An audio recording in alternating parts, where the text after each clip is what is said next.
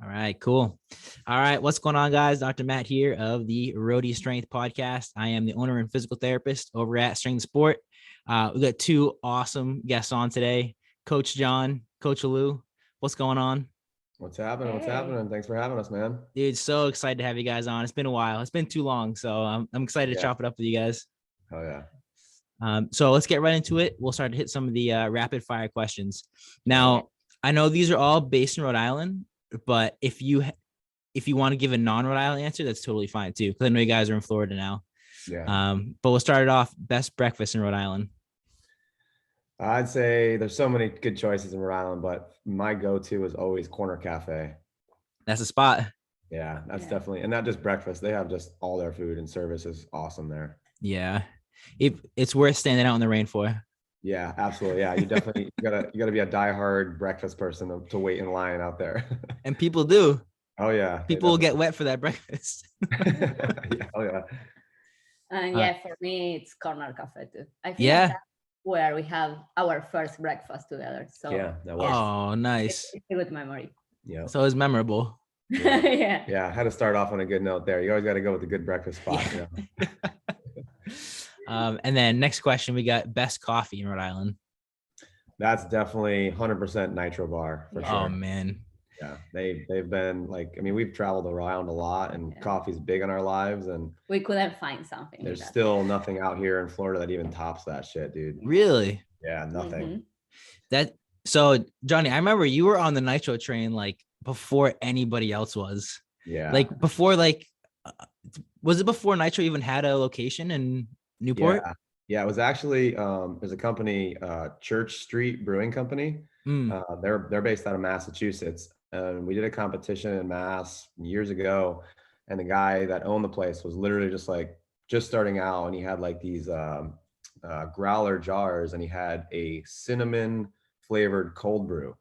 Ooh. And I was like, oh, let me try that. And he was giving samples out and stuff, and that was kind of like what kicked me off on like the cold brew and the Nitro, and that was back in like 2016, 2017. And then ever since I tasted that, I was like on the hunt for like the best Nitro. And for a while, the only place you could get it was at the Power of Juice place, I think, right? Is that where you were getting it from? Yeah, I was going there because you could only go either up to the Providence location, but they just had the cart. They didn't actually have a location. So they had that little like push cart that they were going around with. And then they started expanding into other businesses. And then the Power of Juice was the first place that you could go and get it locally, like on tap.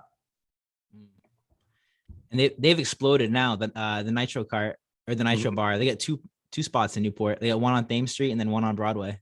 Yeah, I know. Avery was telling me that they opened up one on Thames. I was like, oh, when we come to visit, I definitely want to check it out. Yeah, it's cool. It's cool. Yeah, I'm happy for them because they're good people that own the place, and the products that they have are just amazing. So yeah, they also have a cool affiliation.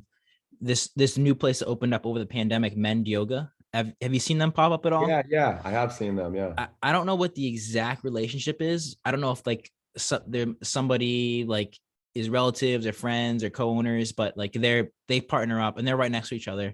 Yeah, actually it's the wife of the company who owns it, because when we used to go to the Newport location, they used to have upstairs, they bought out that apartment that's upstairs. Oh, the yoga place. And they used to do yoga upstairs of that place.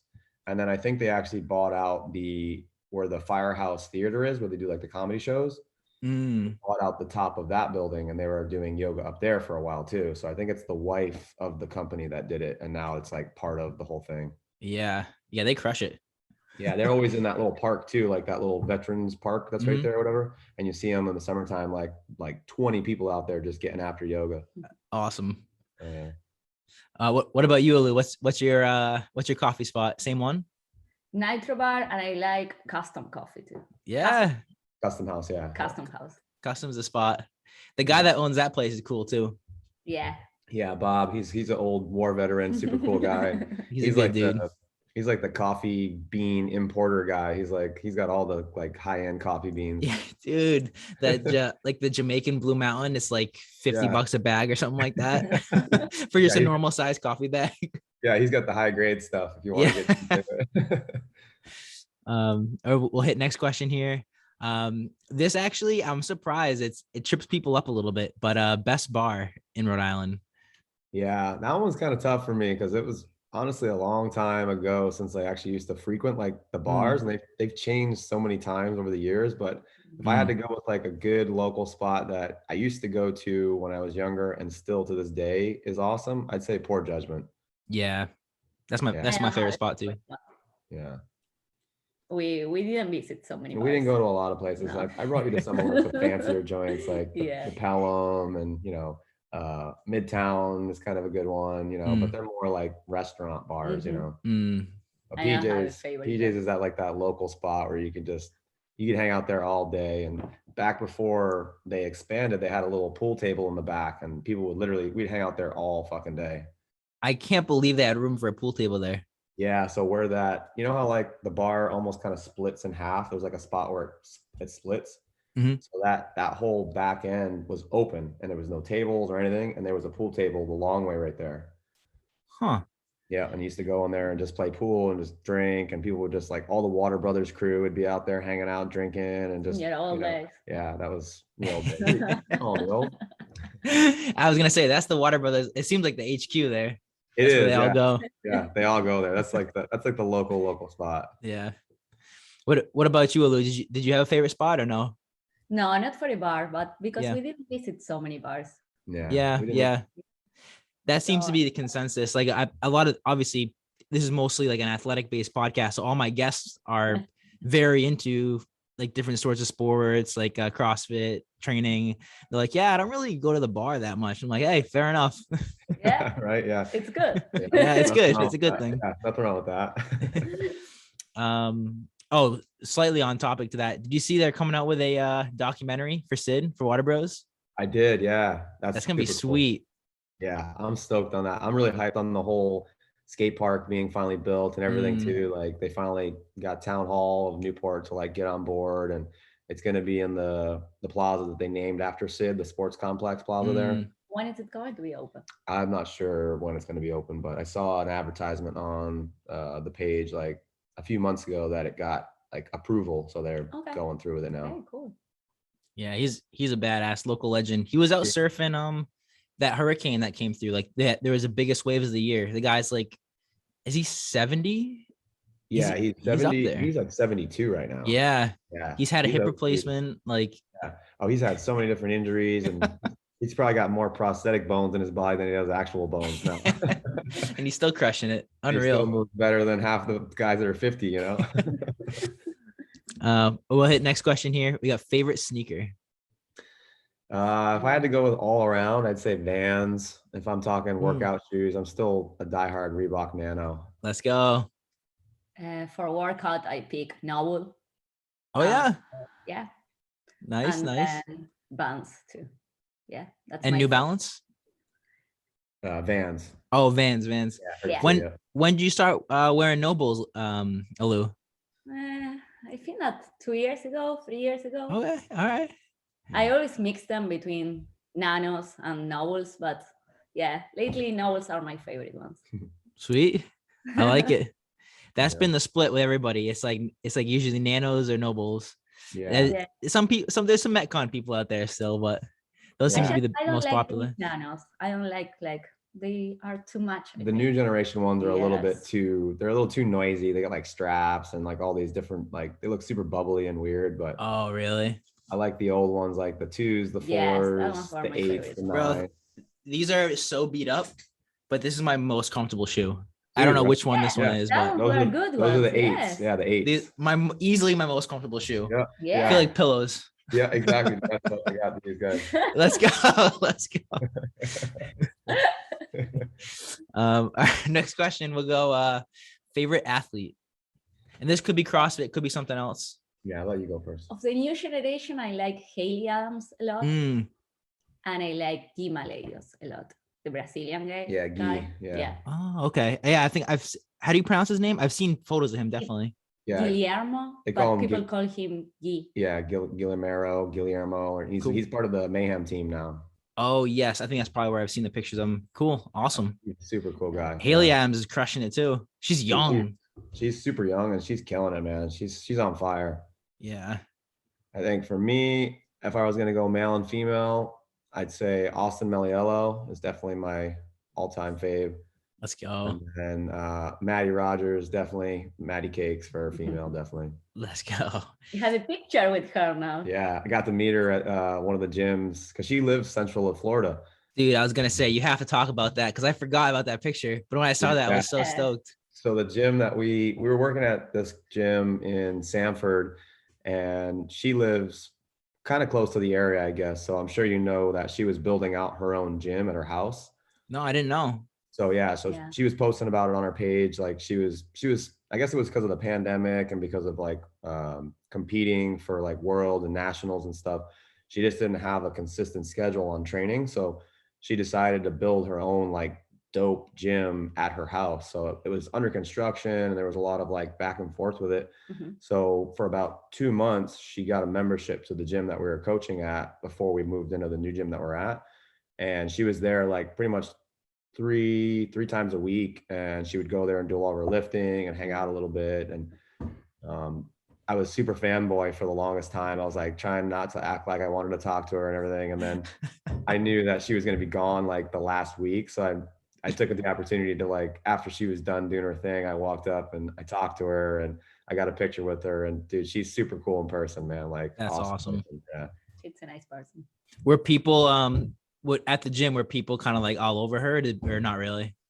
No, not really. Not really so much. Like a lot of people at the gym didn't really know who she was. Yeah. Except like maybe the coaching staff and like a couple of the OG members that have been doing CrossFit for like 8 to 10 years. They knew who she was, but nobody was really like nagging her or bothering her too much. And also she's super nice, but she's super focused when she has to work out. Oh, I bet. So you don't want to distract her. Yeah, you can tell like when she's there like warming up, people would kind of like shoot the shit with her and stuff, but when she was like working out, like she was like in the zone and people would kind of leave her be and let her do her thing. That's good. That was a cool experience to meet her officially. Oh, I bet. That's cool. All right, let's hit next question here. Place you most recently traveled. So I know you guys did the are you still doing it, like traveling around like in the van going to different spots, or you kind of home base right now? Yeah, we have a place that we're staying at with my cousin, and it's kind of like been home base, but we still use the van and like we try to like go on weekend getaways, or if we have time off, we try to like, we go to Tennessee a lot, we go to like northern Georgia a lot. Oh, awesome. And our last one was Georgia. Yeah, the last one we went to was northern Georgia. It was this state park, Amicalola State Falls, and it's like the highest waterfall in Georgia we went to. It was pretty sick. Nice. Indiana Spring Park. Yeah, we went to another one, Indiana Springs State Park, and that one's like it's got a lot of it's like they call it the Georgia's Little Grand Canyon. And it's like these like super crazy like cliff sides that are all like minerals, and like the dirt is like, it's like super tan and almost purple and red and all these different rainbow colors. And you can go around the outside. It's kind of like a quarry. And then you go inside and you can go through all of like these little like gullies and like alleys with like streams and stuff. It's pretty sick. That sounds awesome. Yeah, there's tons of stuff in Georgia, like, and Tennessee too. Like it's endless. And we probably in our lifetime couldn't go to all the same places. Yeah. And that's where Power Monkey Camp is too. Tennessee. We'll get to that. But exactly. Yeah. It's one of the best states of all. Yes, sir. Any plans, any travel plans coming up? Anywhere you going? Not anything officially, but we were talking more about visiting places here in Florida. True. There are a lot of places and we didn't hit all of them. Yeah, we're not going anywhere. I'd like the next like trip that we go on when things like we start making a little bit more money and we're more financially stable. We're gonna go out to visit Chad again out in Cali. Oh, awesome. So we'll try to do that. But locally, I think the coolest thing that's coming up is we recently just signed up to volunteer for Wodapalooza. Sweet. So we got accepted. So we'll be down there volunteering for Wodapalooza for January 10th to the 14th. So that whole week we'll be down there like on staff. Oh, awesome. Yeah. I'm going to be the build guy. So I get to build all the rigs and all the equipment and everything. Nice. Hey, you're good at that, man. You got plenty of experience doing that. Yeah. So like, hey, probably make some good connections down there when we're there. So that'll be fun. Oh, 100%. Yeah. That's really cool. And that's I'm going. we're MIA. We got to go back. We got to do a monkey. Monkey I know. read. Don't. And it's in Oregon now. Well, yeah, we got to tell Juan he won't. If he gets word of that, he won't let us hear the last of it. he'll make sure it happens. Yeah, he'd be like, I'm flying over right now. Exactly. I'm going to actually comp mid-January. Fittest on the Coast. Have you heard of that one? It's in South Carolina. Yeah, actually, Charleston. I have heard that one. Yeah. Sammy and this other guy Matt from One Asterisk qualified. So me and Tim are gonna go down and hang out with them for the weekend. That's dope. Nice. Yeah. All right. Well, let's hit next question. One book that's impacted your life. I like Chasing Excellence from Nice. Nice. And Atomic Habits. It's another one that I really like. I just read that one. I like that one too. Yeah. Yeah, I'm honestly not much of a book reader. My attention span is horrible in that sense. But I think the last book that I did read was from Joe DeCina, the owner of Spartan Race, and it's called Spartan the Fuck Up. Nice. And it was more like a mindset type of a book, like teaching Yeah, like mindset and training and all that stuff. And that was a pretty cool book. Definitely, it stuck with me. dude. I feel you on that. Like the print books, like my attention span is not great, but I've been big on Audible. I listen to them now, just like a podcast.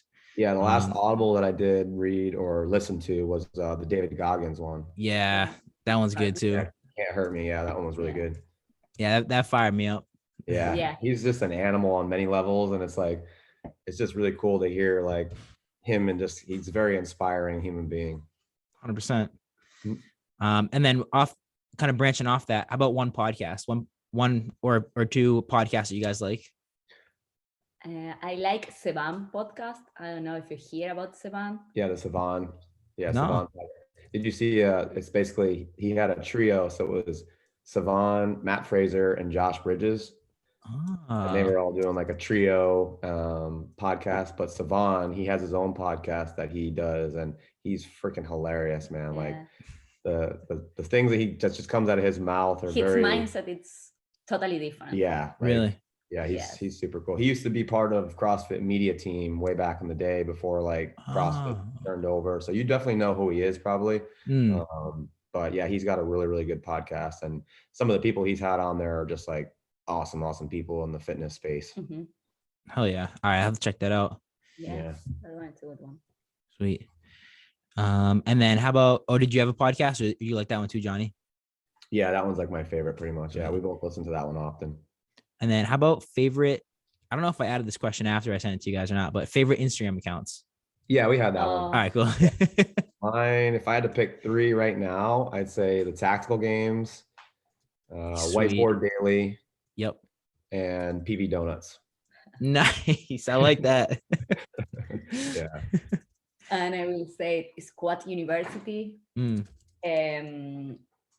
You say Whiteboard, no? Whiteboard Daily. Yeah. Whiteboard Daily. It's one of my favorite ones.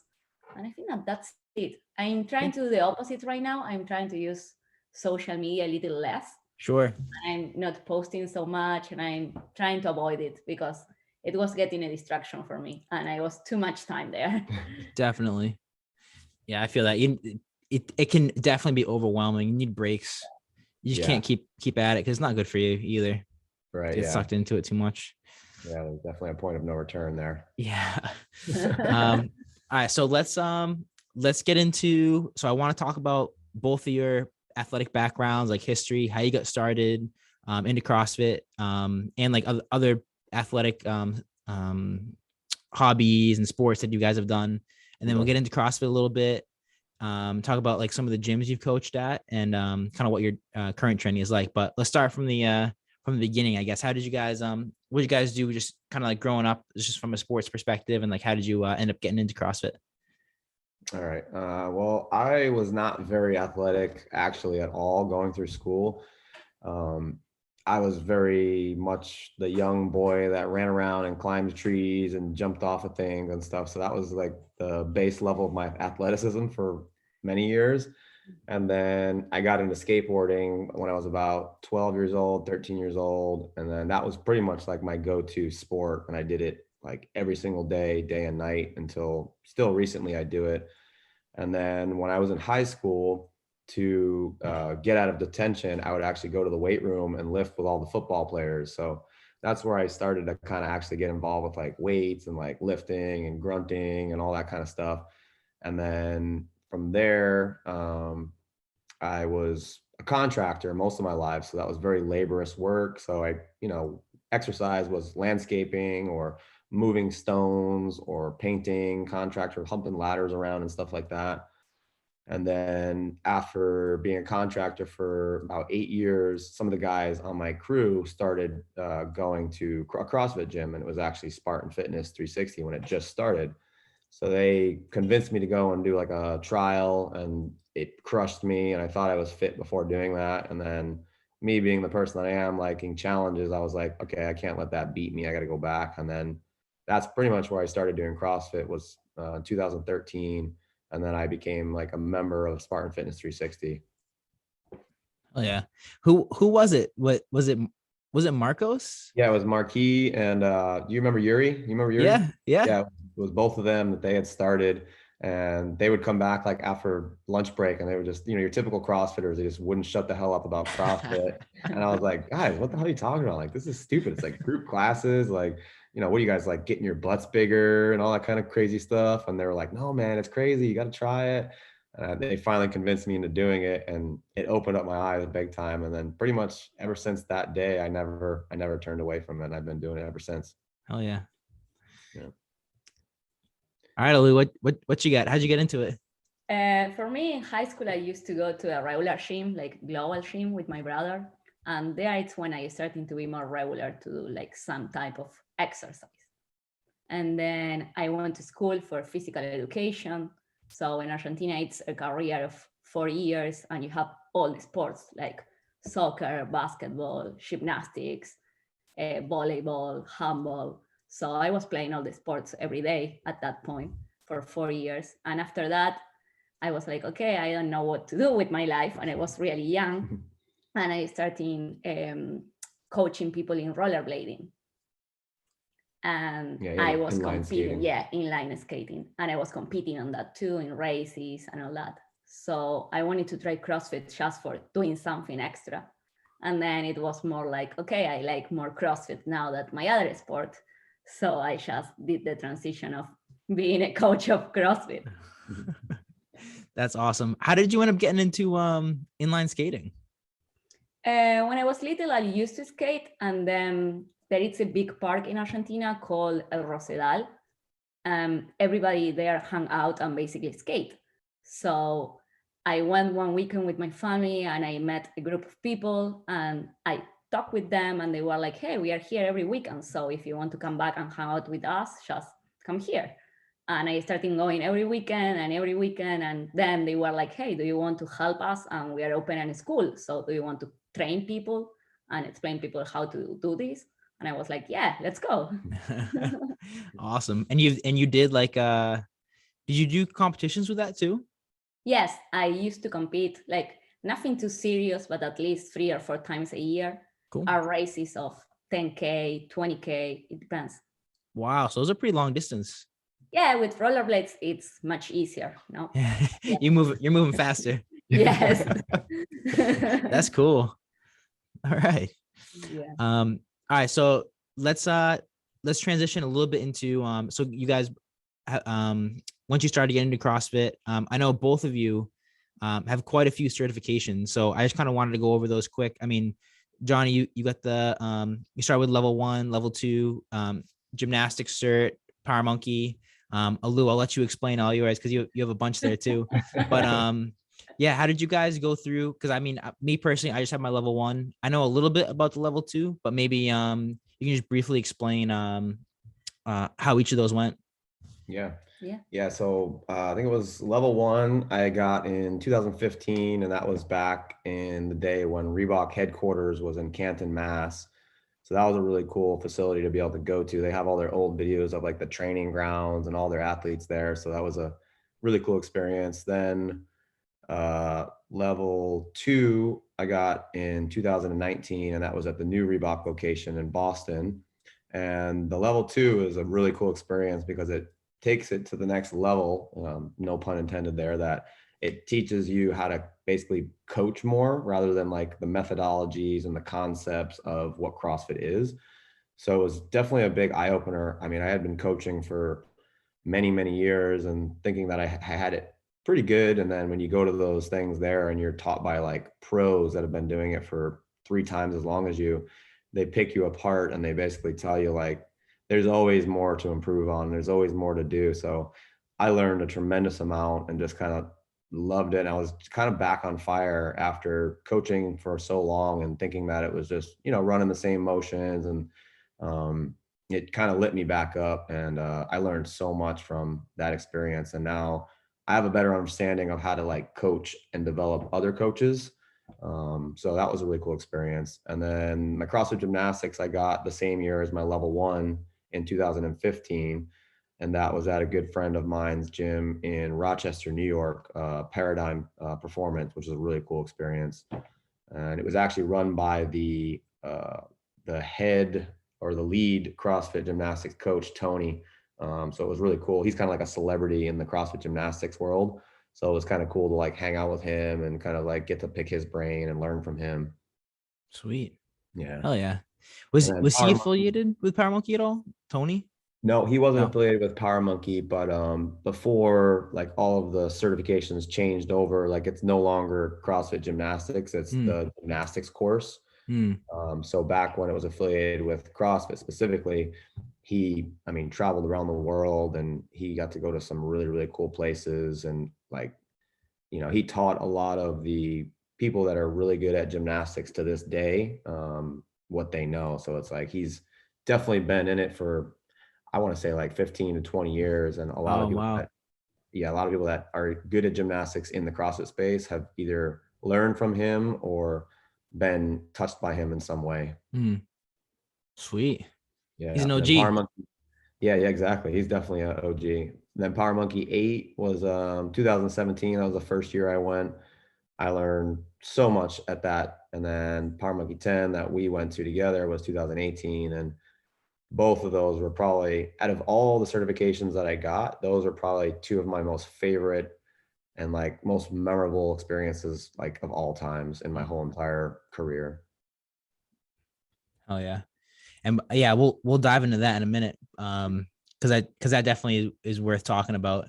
I have this cert on my wall and everybody's like, what the hell is Power Monkey? Yeah. And I'm like, and I try to explain it to them and it is really cool, but just the name, people are like, what the hell is that?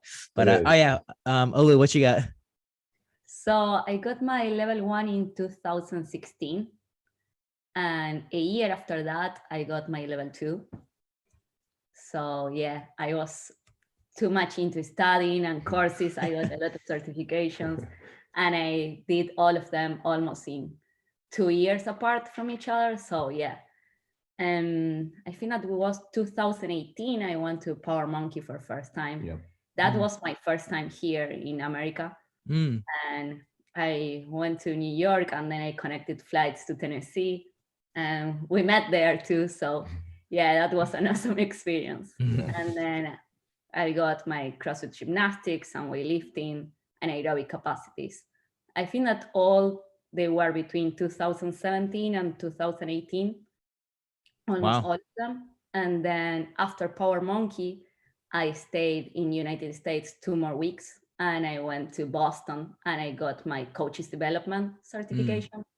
Basically, it's 3 days that they are teaching you how to coach better. And also they are correcting you. They are observing your classes. They are giving you feedback and all that. So that was like at the beginning, my experience here was all that. Yeah. It's a lot of learning. Yes. Yeah, with an awesome group of people too. I mean, Austin Maliello, Denise Thomas, Connor Murphy, like all those people were basically her mentors there. So, I mean, good people to learn from. And after that coaches development program, I just reached out. I went back to Argentina and I reached out to Austin Maliello and Denise Thomas and I asked them, hey, I want to go back and I want to learn more. What can I do? And they offered me an internship for 3 months. And I decided to come back and I was hanging out there and learning a lot for 3 months. Yeah, that was an awesome experience. That's awesome. Just because I know, like the saying goes, like you're the sum of the 5 people you're around all the time. Like you just it just happens, like you're like a sponge, like you feed off each other. So it must have been really cool 3 months, just literally just like being submerged in that on that atmosphere. And I wasn't learning only about coaching and CrossFit. I was learning about life at that point because also I was new here. Like there were things that I didn't understand. I have a lot of cool experience and funny things that happened, like with language that they were trying to explain me things and I didn't understand what they were saying, things like that. And it was awesome to live that at that moment and there, because nobody judged me at all. Everyone was super friendly with me. They want me to be comfortable there and to grow there. Good. So it was a cool experience. That's huge. That's really big. Let's transition slightly to Power Monkey Camp.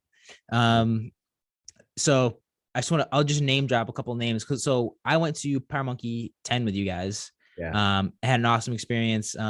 I mean, so we have elite level gymnastic guys, like Olympic level gymnastic guys, Olympic level weightlifters, and then pro CrossFitters and coaches, all in a 1 week span of running through different drills, seminars, and then also at the same time just like eating and hanging out and working with them. We're working out with them. So like Chad Vaughn, Elijah Muhammad, Mike Service, Hinshaw. We saw Rich Froning. I have a little I don't know if you can see it, my CrossFit Mayhem t-shirt I framed up here, and I had like Rich Froning had signed it. Like so that was a really cool experience, like unlike anything I've done before. Definitely.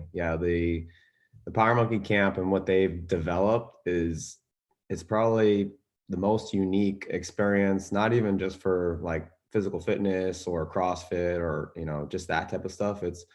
It's so built off of community. So it's like, you literally feel like you're part of the family with those people. They don't portray themselves as these like Olympic elite level people. And you're so intimidated by that going into it that the first day you get there, you feel so welcoming that by the second day, you feel like you're homies, you feel like you're best friends with them. So it's an awesome experience, and not alone in just the information that you absorb in such a short amount of time, but the connections that you make with the professional athletes, the professional coaches, and you also, make really, really good friends with some of the people that are in the camp, the camp itself. Like Chad, one of my best friends now, I met him at the first camp, and he's completely from a whole different state. He's on the West Coast.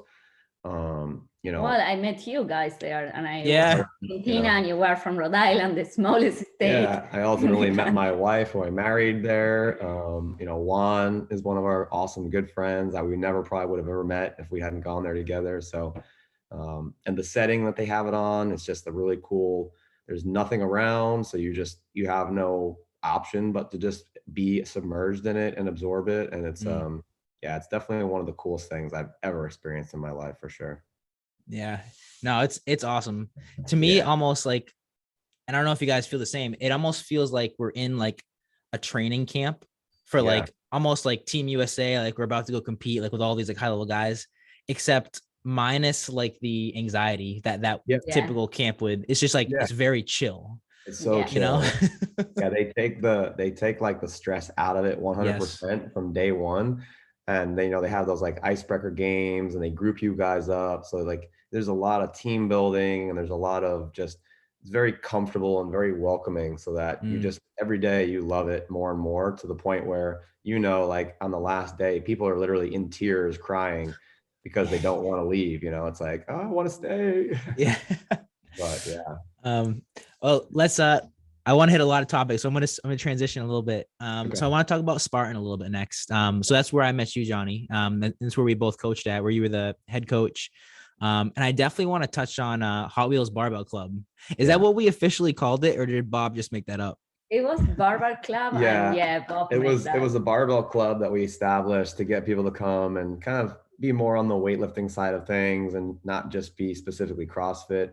And I think we originally called it like Bars and Brews or something like that. Okay. Yeah.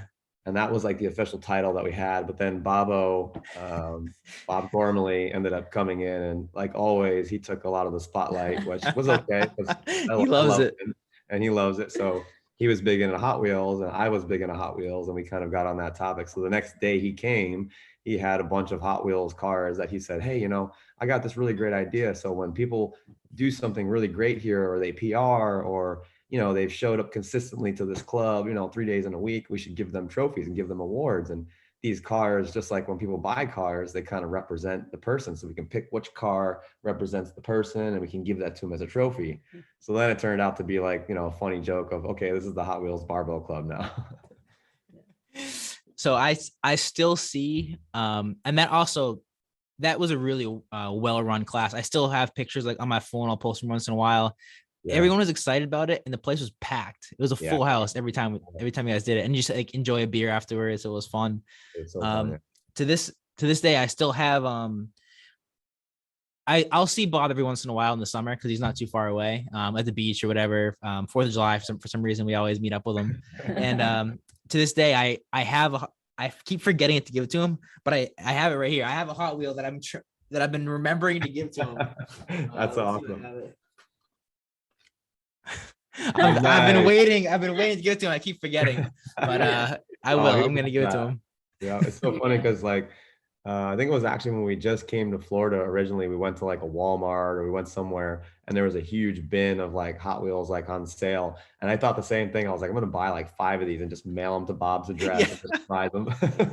Just like once a week, he just gets a new Hot Wheel in the mail. Yeah, right. He would love that.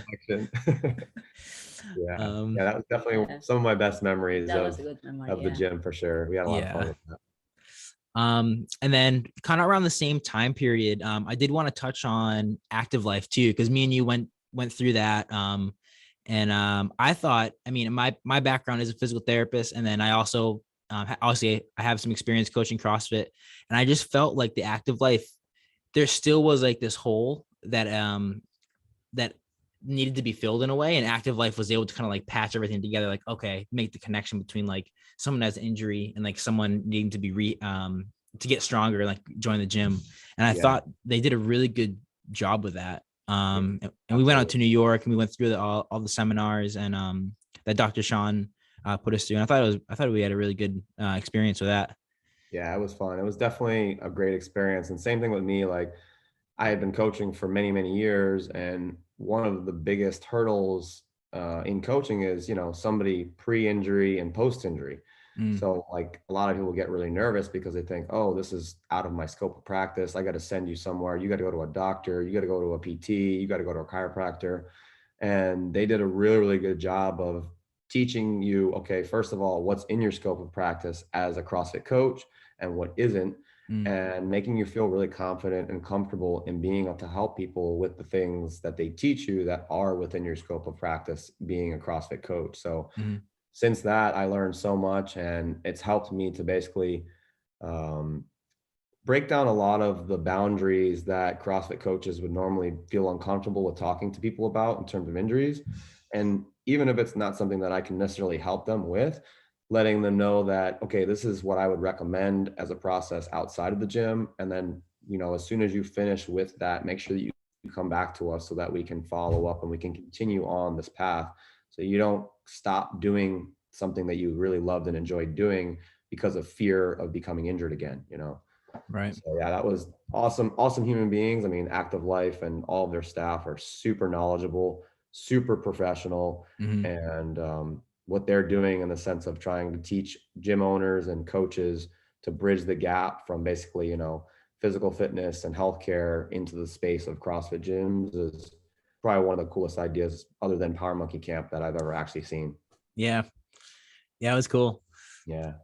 Remember the little sketchy haunted hotel that we stayed in New York? Oh yeah. Well, I remember it being sketchy, but I can't remember why. Yeah, there was like the locks on the door where they like locked from the outside only or something like that. There was like deadbolts and stuff like that, and there was like sketchy little like weird. It was like a weird closet that didn't look like it was supposed to be a closet or something. It looked like it used to be a dungeon for like people or something. Yeah, but it was, other than that, it was a good time. Yeah, it was fun. It was good. And then I want to transition to a little bit to where you guys are at now. Just kind of shout out your gym. So you guys are at Tribe Fitness? Yeah, it's Tribe Fitness and CrossFit. So their actual affiliate is AND CrossFit and CrossFit. So we've been there for what, 3 months now, 4 months? No, less. I think Oh, shoot. 1 month or 2 months. Yeah, we've been there for almost 2 months now. So it's fairly new. And it was an awesome transition because, like I said, the gym that we were at before was in Sanford, and it was a good facility, your typical warehouse box. The facility is enormous. They have so much equipment, and the community there is really cool, but they're still kind of figuring out, what direction they want to go to, whether it's more of an athlete mindset or more of like a Spartan Fitness 360 type place. Like, we want to help all walks of life kind of thing, whether you're an athlete or not. So we were there for a little while and then didn't work out, unfortunately. So we transitioned to Tribe, and it was literally like when I started coaching at Spartan Fitness 360, it gave me those same feelings when I walked in the door. It was just like the warm and fuzzy feelings of feeling like you had been at that place forever, almost. Like, people I didn't know were coming up to me and asking me who I was, and they wanted to get to know me, and everybody's super friendly, super welcoming. The facility isn't this crazy, like super sexy, big warehouse place. And it still feels like, it's the most awesomest facility you could possibly be in. They're very, very clean, and they're very adamant about like organization and cleanliness. And so it's been an awesome experience. And the fact that the ownership is open to us basically doing whatever we want to make the space successful is really cool, for opportunity's sake, and just knowing that they kind of have our backs no matter what we really want to do. Before we started there, we did a lot of drop-ins in different gyms in the area because we wanted to be sure that we were in the correct place and to feel the vibe of a place, basically. And when we went there the first time, it was like, okay, this feels like home again. Yeah. We have that feeling, and it was like, okay, let's see what happens, and if it works, we are going to stay here. Yeah. Awesome. One of those things where the light or the fire was kind of like, dwindling. The burn rate was kind of catching up to us. And the moment we walked into that place, I literally felt like it was the first year of me coaching again. Like, I was on fire. Like, I was just stoked to be there.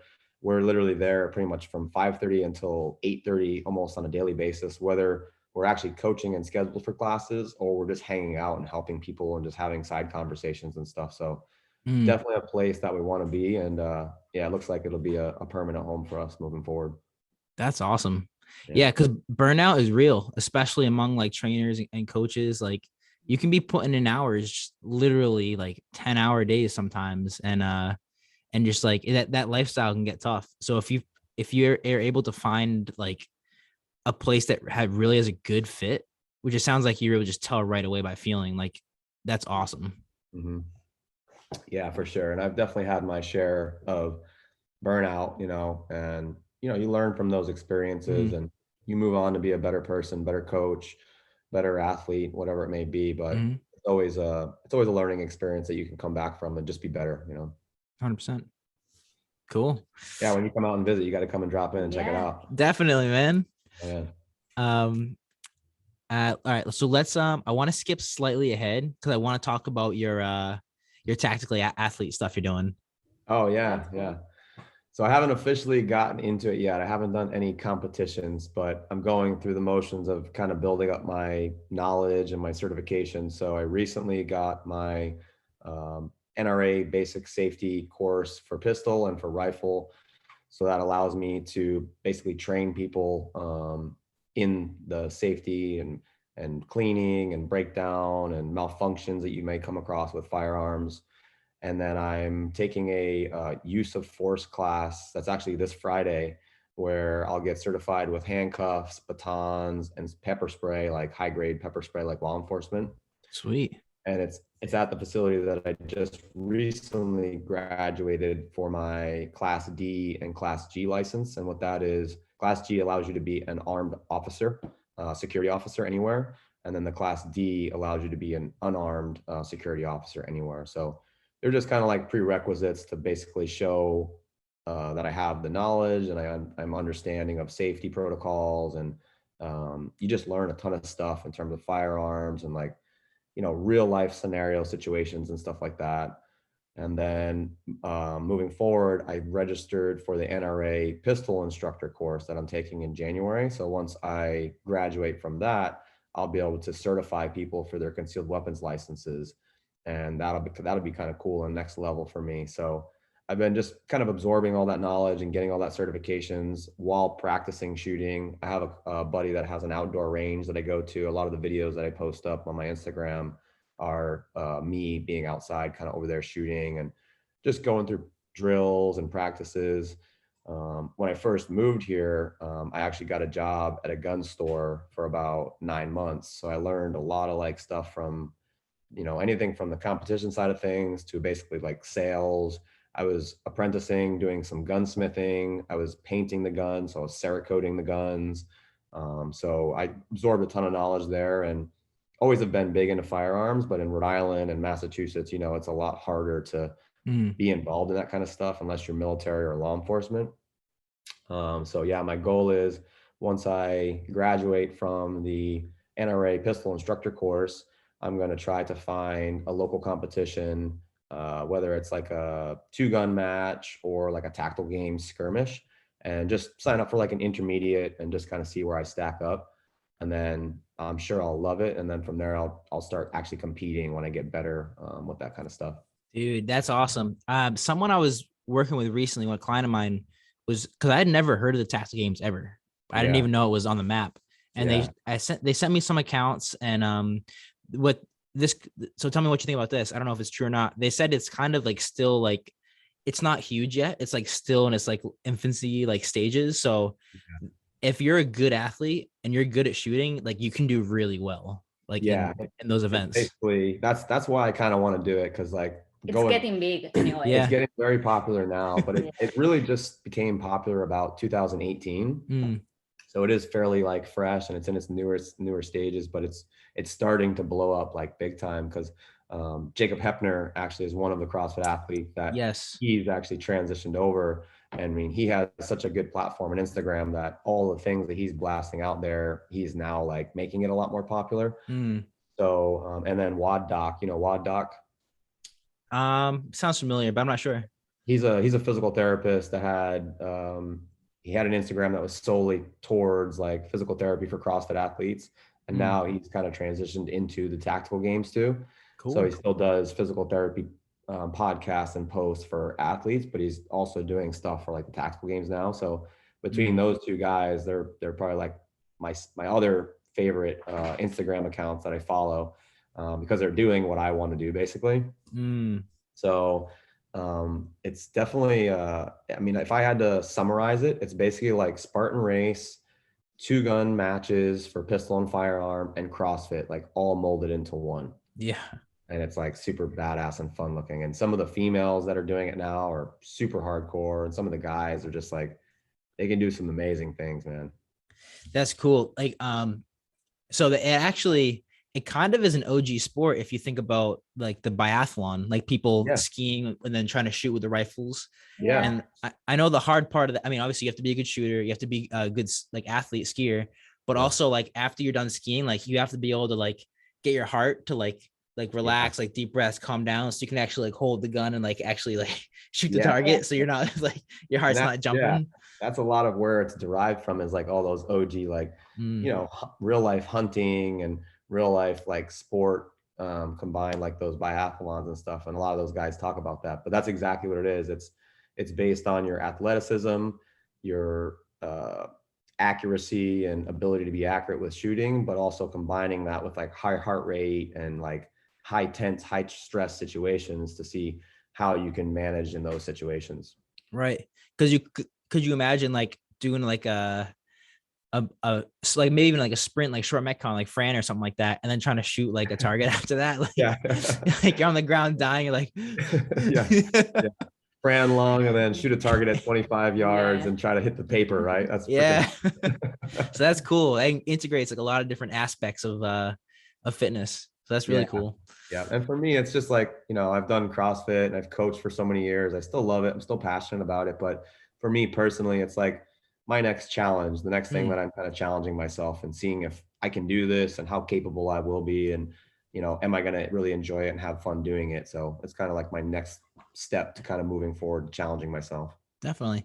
I mean, I'm on the same page too. Like I'm still doing CrossFit like 2-3 times a week. But I have something like I have other interests too. Like I'm starting to do some jujitsu now. So I'm messing around with that because that's fun.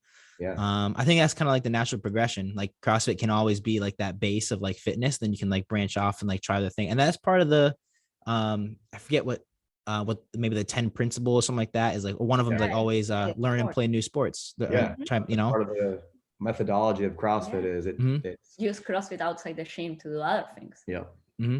Yeah, so you're able to do it, and you can challenge yourself if you want to be a swimmer, if you want to be a runner, if you want to be a competitive shooter, if you want to do jujitsu or any type of like self-defense type things. I mean, it opens up so many other horizons for you to keep doing things and keep challenging yourself. 100%. Yeah, that's awesome. I've been seeing the stuff that you've been doing with Timmy and rolling around and stuff. So man, he beats me up. Yeah. Hey, he beats me up good. You know how it goes, man. If you just keep showing up, eventually you'll either get at the same level or you'll pass his ass and you'll start rolling him up.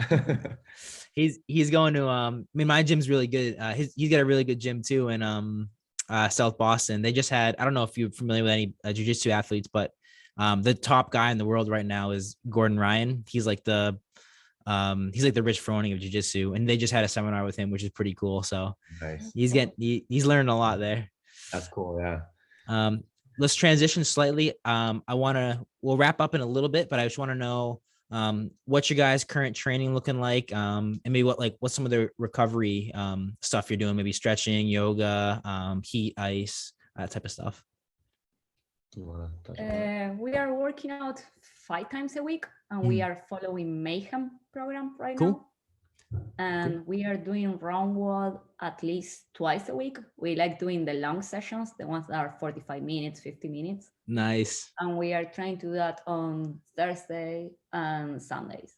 Cool. And then, I don't know, we visited 2 weeks ago. I think that we went to a new woman that is a massage therapist. Nice. And she is awesome. Yeah. Like, good. You can tell about her. Yeah, we got linked up with her from one of the members at the gym, and she's actually a box owner. So she's owned a CrossFit gym in Daytona, Florida for about 8 years. So she still coaches a couple of classes here and there, and she's owned and run a very successful CrossFit gym. I think it's CrossFit 836 or 806. I can't remember, but I think it's like the area code of of Daytona. And we went to her, and it was an awesome experience because she did a lot of grafting for me and some like deep tissue stuff specifically for like my shoulder injuries and like just my upper back and things that I have usually that are just harder for me to kind of deal with. And it was the first person, because of her knowledge with CrossFit herself and with being a coach and now transitioning into massage therapy. It was amazing. So we basically try to see her at least once a month right now, just because, you know, money's tight.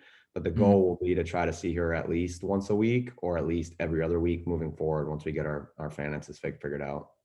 That's huge that you found someone that understands CrossFit too. Yeah, it's awesome. And she's an awesome human being too. She's super nice and super friendly. Her and her husband are kind of similar to me and Alu, where they both are in the space of CrossFit, but they kind of are doing other things outside of that to just challenge themselves and try new things. And they're both awesome people. You guys think you're doing the Open this year? Yeah, we're going to be doing it. Yep. Let's go. Yeah. Our gym is basically, we're going to be set up for doing like Friday night lights and kind of doing that whole thing. And then we're actually going to be taking the online judges course, and we're trying to get the whole staff to do the courses so we can run it somewhat officially this year, and people will sign up, and we'll try to get like an intramural competition going and things like that in the gym. So we're awesome. kind of excited about that, because I think the last time I did the Open was 2018 or 19. I think it was 19 I did it, but so it'll be interesting to get into that, you know, hype into that. Yeah, I think it was 19 the last time we did it. Yeah, and then the pandemic, and it's been a mess since then. So yeah, cool. Exactly. Good. Yeah. And I'm excited because it's going back to the old original format. So it's going to be the 5 weeks again. It's going to start in February, you know, in terms of like the season leading up to the games and stuff like that. So kind of going back to the OG way it used to be. Yeah. Don't fix what's not broken. That way was working for a while. So keep it rolling.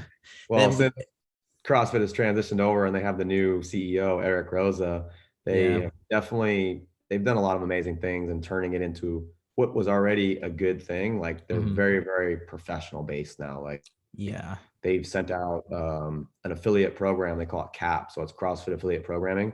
And they send it out to all the affiliate gyms. And I mean, it has everything in there from how to open your doors to how to hire people to how to program to how to it's legit. Like it's like a business structured model that even if you've never run a gym or opened a gym, you can go off of that book and it's like you can be a successful gym from there. Wow. Because what was it before? You just paid $3,000 and they say, okay. Basically. It was a meeting once a year or something like that. You received, you were able to like look people up on the CrossFit website and you were affiliated. That was it, like.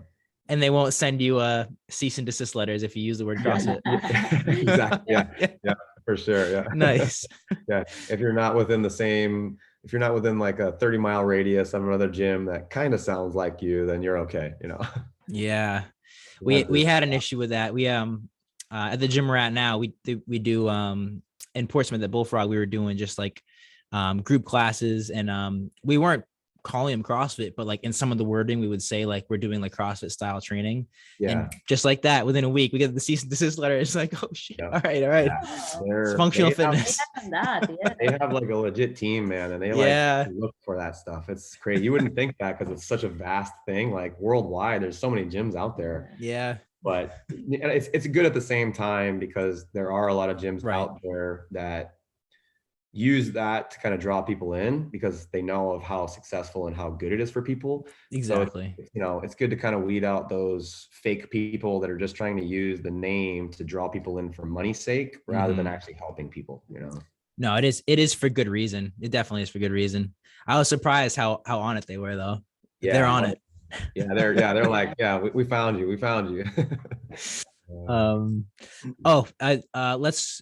Let's quickly touch on nutrition because I've seen your posts. You're doing the no sugar right now or the low sugar? We're doing low sugar. So goal is to just basically stick to whole foods, eat as many vegetables as we possibly can, and our natural real sugar amount, we try to keep it under 11 grams per day. Cool. So no added That's sugars, low. no refined sugars. It's really low. It's hard to do. But it's been awesome. So we have an in-body machine at our gym. Nice. So we can actually track exactly how things are working and how things are going. And since the month of doing it, I've actually gained weight on the scale. I went from like 167 pounds. I think I'm like 171 right now. But I gained a ton of muscle and I lost a ton of body fat. So I'm starting to lean out again and starting to get like the body composition that I wanted from, when I was actually like shredded and in shape. So it's definitely helping, and I've only been doing it for like 7 days, 8 days now. So wow. 2 weeks. Like 2 weeks max. So and it's helped everything, like my performance in the gym. Like I can actually work out longer now. My strengths are starting to come back with like barbell weights. I'm starting to be able to use like RX prescribed weights again. And our recovery, it's much better too. Recovery is better. I'm sure. Energy is super high. Like we get up at anywhere from between like 4:30 a.m. to 5:30 a.m. We make breakfast, and that's pretty much when we start our day. And then when we get home, we're eating dinner anywhere from 7 to 8:30, and then we're in bed by no later than like 10:30 at night, and then we start it all over. Yeah, you guys up early. Yeah. I'm getting used to. I'm not a morning person, but one of the reasons that we had to do that is because I-4, the highway that you have to drive on for Florida, it's like the 95 of out in the north. There's always like anywhere from 7 to 14 accidents on that highway. So we only live like 23 minutes away from the gym, but we have to leave like an hour and 20 minutes early just in case if there's accidents. So sometimes we'll get to the gym super early and we have extra time to kill. Sometimes we'll get to the gym like 20 minutes before class is going to start. So wow, very unpredictable in that sense. And that's kind of what forced us to start getting up really early, just to make sure we're like overly prepared to be there and deal with that stuff if it were going to happen. Right. Wow. Yeah. Hey, it's better to be like an hour early, I guess, than be late. But exactly. All right. So let's start to wrap up. So I got three last talking points, three last questions. Anything in store for the future? I mean, you guys said you're doing the open. You have the gym you're at, the Tribe Fitness, and coaching. Anything else coming up or anything else you're excited for? Is that kind of where your focus is right now? I'm studying to achieve finally my level 3. Sweet. That last year, because I wasn't prepared last year. So I was like, I'm going to wait to see what happens. And I'm doing precision nutrition right now. Nice. So I'm excited about that. That's a good cert. Yeah. It's super complete. Yeah, I'm just, like I said, just trying to level up my firearms training and skills and things like that. And then exciting things I'm stoked about is Avery's birthday is going to be coming up. She's turning 18 finally. Wow. Freaking crazy. And she's actually going to come and visit us December 26th to January 4th. So I finally get to see her. So I'm excited about that. Oh, awesome. Yeah. Day after Christmas, 26th? Yeah, she'll be here the day after Christmas. Yeah. Sweet. Oh, that's awesome. Her birthday is December 16th. So she'll be officially an adult then, which is kind of crazy to even think that I have a child that's considered an adult. I'm not even fully an adult still. Right. I'm 38, you know. But, that's so that's cool. pretty exciting. Yeah. That's exciting. Yep. And then, I mean, probably the gym, but anything you want to plug or any other shout outs you want to make? I don't really want to shout out anything here, but I was going to give you a recommendation for a podcast person to podcast, Bill Coogan. Sure. Oh, definitely. Oh, if you haven't talked to him, I miss him like crazy. And he's probably one of the most awesome, influential, kind-hearted human beings in the Middletown, Newport, Rhode Island area. So either him or Bob Gormley, or maybe even do like a podcast with both of them online. That would be I can do that. That would probably be the fire podcast ever. Definitely. Those are good. Those are good. Yeah. I agree with you. I agree. Yeah. I miss it a lot. And then the last thing I'll leave you guys with, this trips people up sometimes too. So if you need to take a second to think about it, that's fine. If you could put one favorite quote, mantra, or saying on a billboard, I've been telling people just to get them to visualize, like on 95. The highway, Hyundai I-95. But if you want to choose whatever the highway that was with the accidents, you put it up there too. Yeah, it may cause more accidents. It's all good. Right.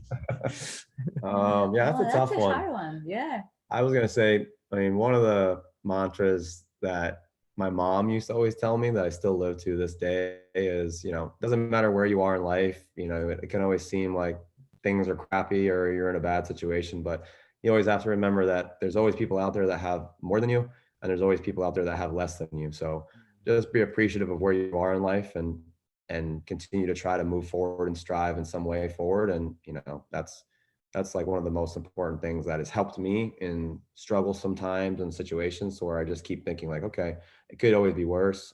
Things can be better if I make it that way, but I'm really not that bad off. I'm alive, I have a good family, I have good friends, I have a job.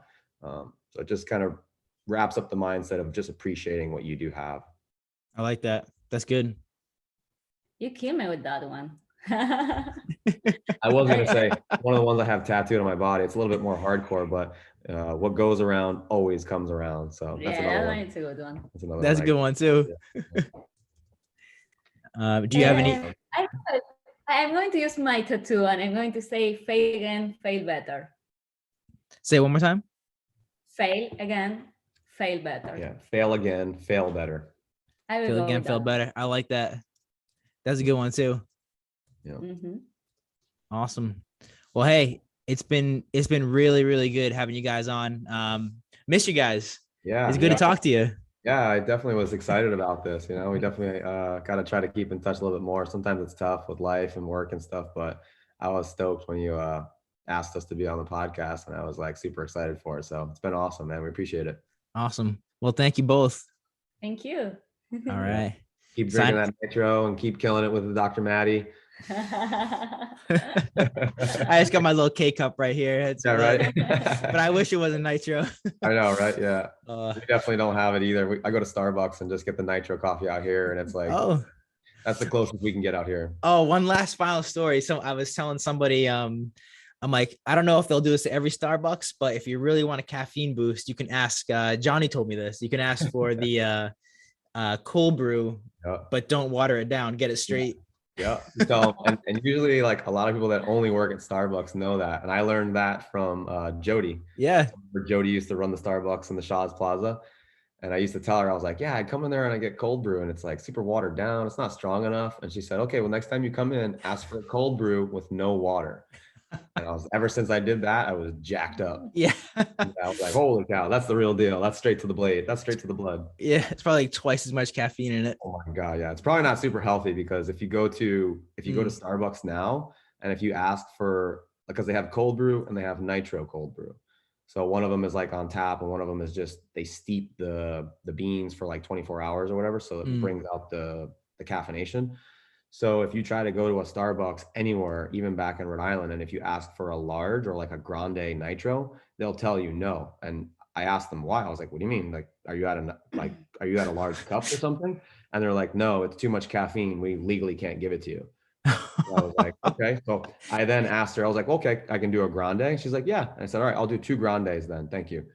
And they gave it to me. And I was like, makes no sense, but yeah, it makes no sense. I guess it's more of a legality thing. Like, hey, yeah. I didn't buy the large. So if I get messed up, then they can say, hey, it's my fault, but yeah, that's funny.